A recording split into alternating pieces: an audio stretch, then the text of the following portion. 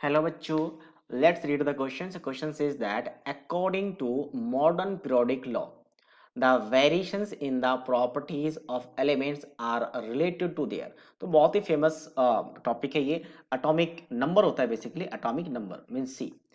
शुरू में जो पीरियोडिक टेबल का डेवलपमेंट हो रहा था तो सबसे पहले बहुत सारे लॉज आए थे. उसके बाद एक आया था मेंडलीफ, जिन्होंने कहा था एटॉमिक वेट पे डिपेंड करेगा, ये वाला बोला था. बट वो भी फेल होगा क्योंकि इरेगुलरिटी आ रही थी और बहुत सारे एब्स्ट्रक्शंस आ रहे थे, बहुत सारे एलिमेंट्स अरेंज नहीं हो रहे थे.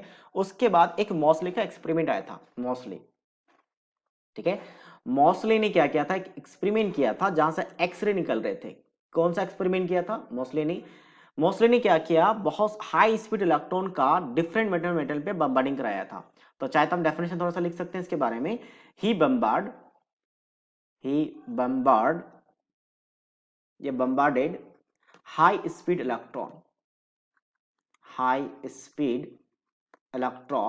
On different metal. यानी बेसिकली एक्सपेरिमेंट मेटल पे हुआ था क्योंकि हमारे पास पीरियोडिक टेबल में मेटल, नॉन मेटल, मेटल सारे हैं, तो मेटल पे हुआ था. एंड मेटल सरफेस में क्या क्या बर्बाद कराया. और ये इसको क्या पता चला, एंड ही फाउंड दैट, और इसने क्या किया, यहां से फॉर्म किया एक्सरे, एंड फॉर्म्ड एक्सरे. तो एक्सरे का कॉन्सेप्ट भी यही होता है कि आप क्या करो, यहाँ पे हाई स्पीड इलेक्ट्रॉन को किसी भी मेटल सरफेस में गिराओ, तो यहाँ से जो रेज निकलेंगी, ये आपका इलेक्ट्रॉन है, ये आपका मेटल है, तो यहाँ से जो रेज निकलेंगे, that rays is known as X-ray. ये क्या होता है, आपका एक्सरे होता है.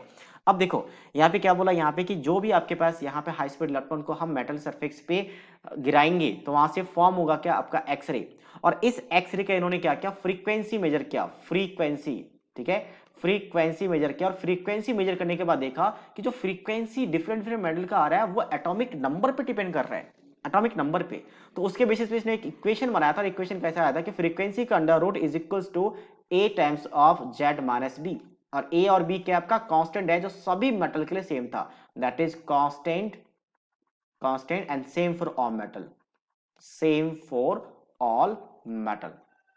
तो यहां से लीड्स मिला कि अच्छा, अगर यहाँ पे डिफरेंट डिफरेंट मेटल के अगर हम यूज कर रहे हैं और उसकी जो फ्रीक्वेंसी निकल रही है उस फ्रीक्वेंसी का, या फिर अगर हम बात सॉरी जो फ्रीक्वेंसी निकल उस फ्रीक्वेंसी का अगर हम एटॉमिक वेट के साथ देखते हैं वेरिएशन, तो वेरिएशन आपके पास प्रोपोर्शनल नहीं आ रहा है. बट अगर एटॉमिक नंबर के साथ फ्रीक्वेंसी का वेरिएशन देख रहे हैं तो प्रॉपर आपका एक वेरिएशन आ रहा था, प्रॉपर एक ट्रेंड आ रहा था, और वो स्ट्रेट लाइन आ रहा था. और इसके वजह से वहां से लीड मिला मॉसली को कि जो पीरियोडिक टेबल में प्रॉपर्टीज होंगी वो किस पे डिपेंड करेगा, एटॉमिक नंबर पे.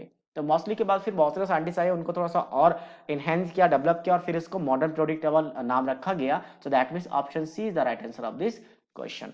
सो I hope you understood it all the best.